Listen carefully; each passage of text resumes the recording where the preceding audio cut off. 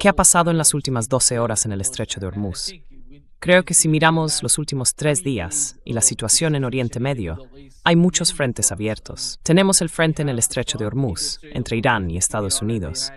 Básicamente, Estados Unidos está intentando comunicarse con los países del Consejo de Cooperación del Golfo, en Bahrein y Kuwait, y presionar a Omán en relación con el estrecho de Hormuz. Ese es ahora mismo uno de los grandes problemas para la administración Trump. Y lo más curioso fue que J.D. Vance, en la última reunión tras las conversaciones entre ambas partes en Suiza, dijo que existía una nueva línea de comunicación entre Irán y Estados Unidos. Pero anoche, la Guardia Revolucionaria iraní lo negó, afirmando que no hay ninguna comunicación entre Irán y Estados Unidos, ni línea directa, ni conversaciones sobre el estrecho de Hormuz.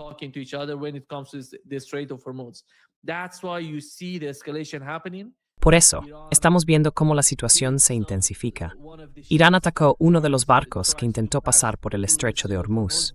Luego Estados Unidos respondió atacando posiciones iraníes en la zona de Sirik, en el sur del país, cerca del Golfo Pérsico.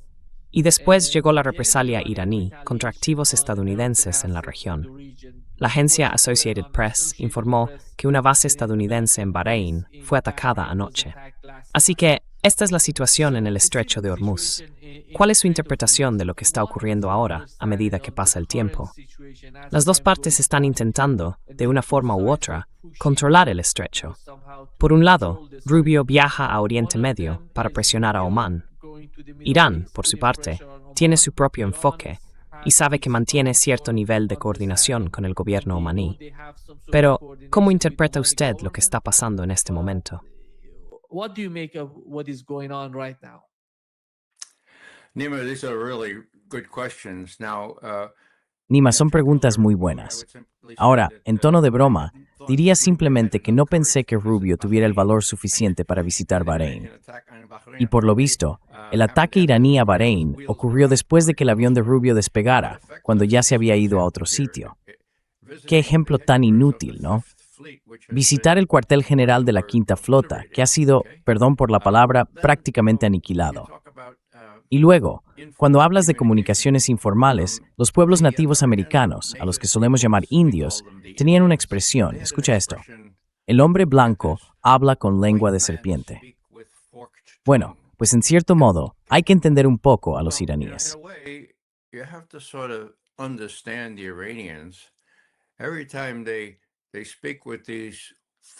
Cada vez que hablan con esos sionistas de lengua doble, me refiero a Kushner y a Witkoff, o acaban asesinados o empieza una nueva guerra, ¿verdad? Así que, si yo estuviera en Teherán y Vance o cualquier otro dijera, oye, hagamos un canal secreto para hablar con una lengua en público y con otra en privado, ni pensarlo. ¿Quieres hablar con nosotros? Tenemos mediadores. Habla con nosotros por esa vía. No queremos más de esas maniobras, ¿de acuerdo? Así que los iraníes, en mi opinión, sienten que tienen el control del estrecho, y lo tienen. Ven que Trump considera imprescindible mantenerlo abierto, y cuando un barco intenta ir más allá de lo que Irán ha advertido, lo atacan.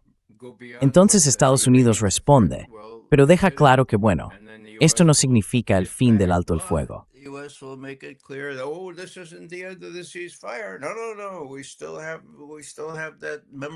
No. Todavía tenemos ese memorando de malentendidos. Tenemos ese memorando de entendimiento, ¿verdad? Así que bueno, si yo fuera iraní, diría, estamos en una posición ventajosa. No queremos que el mundo entero sufra una gran depresión, ¿no? Pero bueno, podemos soportarlo mejor que Estados Unidos y Trump. Quiero decir, se acercan las elecciones de mitad de mandato. Así que esperemos a ver cómo evoluciona esto. Si intentan pasar por el estrecho, les mostraremos quién manda. O como le gusta decir a Trump, quién toma las decisiones esta vez en el estrecho. Es así como lo ves tú, Nima. En fin, creo que, bueno, lo dejo ahí.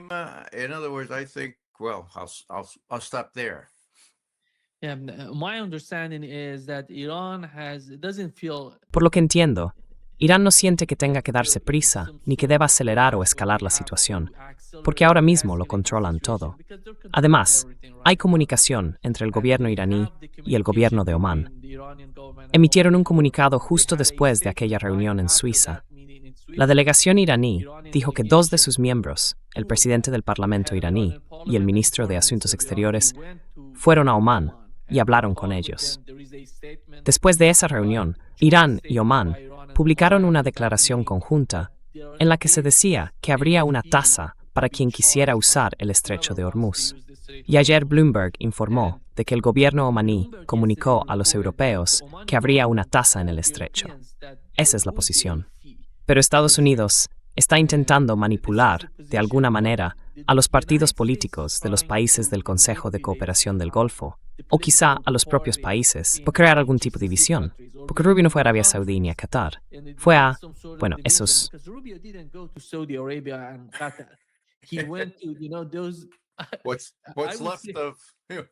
Lo que queda es ese area oversea. Exacto. Porque cuando no vas a Arabia Saudí ni a Qatar, sino que vas a Bahrein o a Kuwait, te preguntas ¿qué es eso? Porque esos países no son importantes en los cálculos de esa región.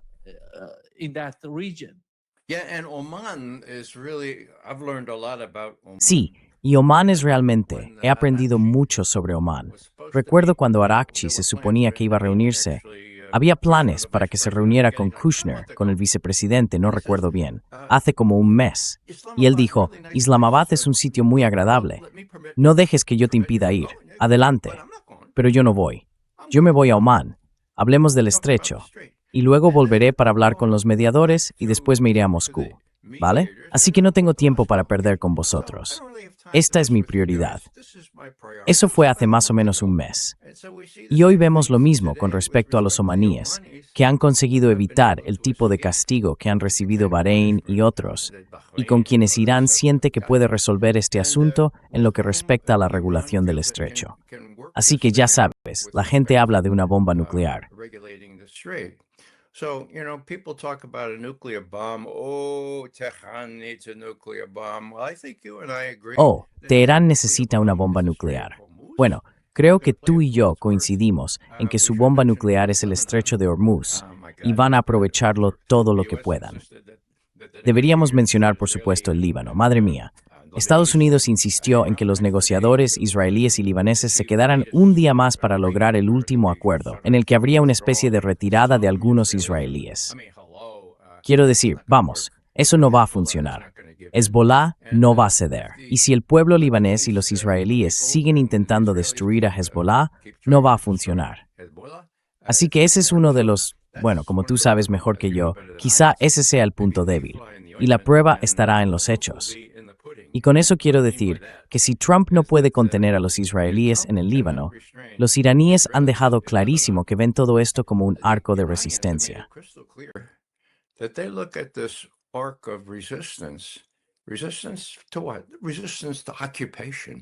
¿Resistencia a qué? Resistencia a la ocupación, ¿eh? Ah, ¿y desde cuándo pasa eso? Desde 1967. Haz las cuentas, ¿vale? Esta vez van en serio. Y ahora tienen los medios para defender, ya sabes, a sus compatriotas, los palestinos, y también a la gente que está sufriendo los ataques israelíes en Líbano y en otros lugares. Así que esto es real por primera vez. Y curiosamente todo empezó con los israelíes diciendo, vamos a atacar. Y entonces Rubio dijo, Dios mío, será mejor que ataquemos también.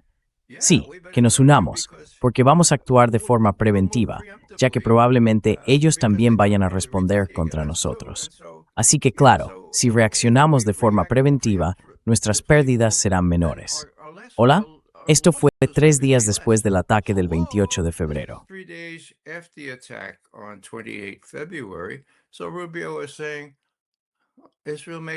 Así que Rubio decía, Israel nos obligó a hacerlo. Quiero decir, no hace falta que gente como Joe Kent u otros digan, mira, yo me retiro, no hay una amenaza inmediata, y los israelíes nos obligaron a hacerlo.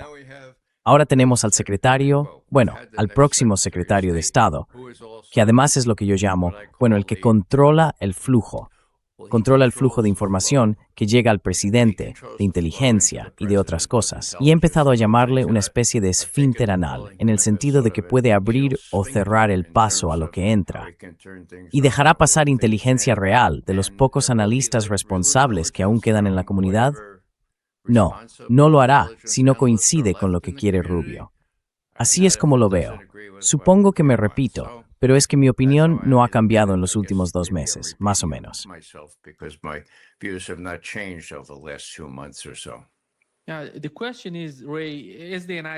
La pregunta, Ray, es si Estados Unidos está utilizando el memorando de entendimiento para reducir de alguna manera la carga sobre la administración por el mercado del petróleo, por el mercado energético, por la situación actual con las elecciones de mitad de mandato.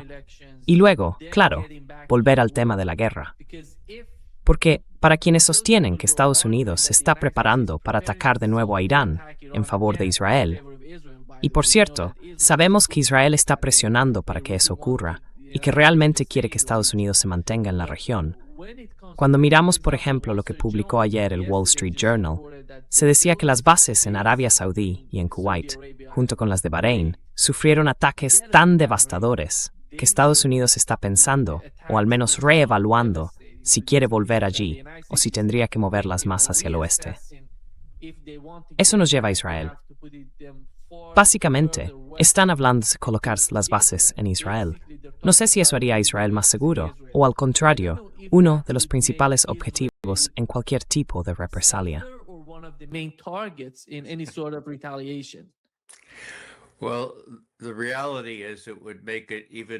Bueno, la realidad es que eso lo convertiría en un objetivo aún mayor y más fácil de alcanzar.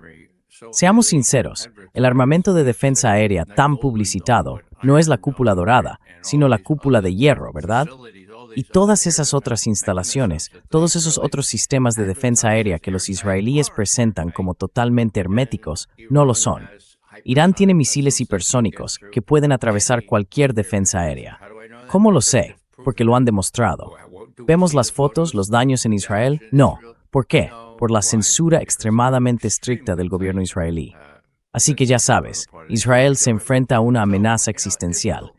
Y me apena decir que lo mismo le pasa a Netanyahu. Está metido en un buen lío político, como solemos decir. Está en serios problemas políticos.